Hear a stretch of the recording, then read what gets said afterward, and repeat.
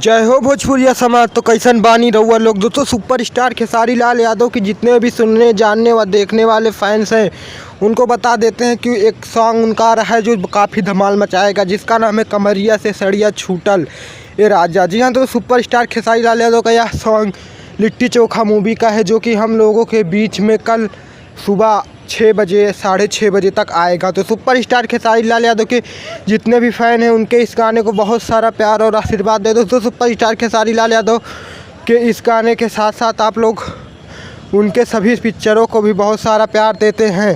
दोस्तों सुपरस्टार खेसारी लाल यादव के साथ साथ इस सॉन्ग की सिंगर है प्रियंका सिंह, जो कि काफ़ी अच्छा सॉन्ग गाती हैं। दोस्तों सुपरस्टार खेसारी लाल यादव और भोजपुरी को जितने भी सुनने जानने व देखने वाले फ़ैन हैं खेसारी लाल यादव के गाने को बहुत सारा प्यार दीजिए और उनके गाने के साथ साथ हमारे छोटे से चैनल को सब्सक्राइब कर लीजिए, क्योंकि हम अपने इस चैनल पर सुपरस्टार खेसारी लाल यादव और सभी सुपरस्टारों की सबसे पहले न्यूज़ आपको देते हैं। मिलते हैं नेक्स्ट वीडियो में।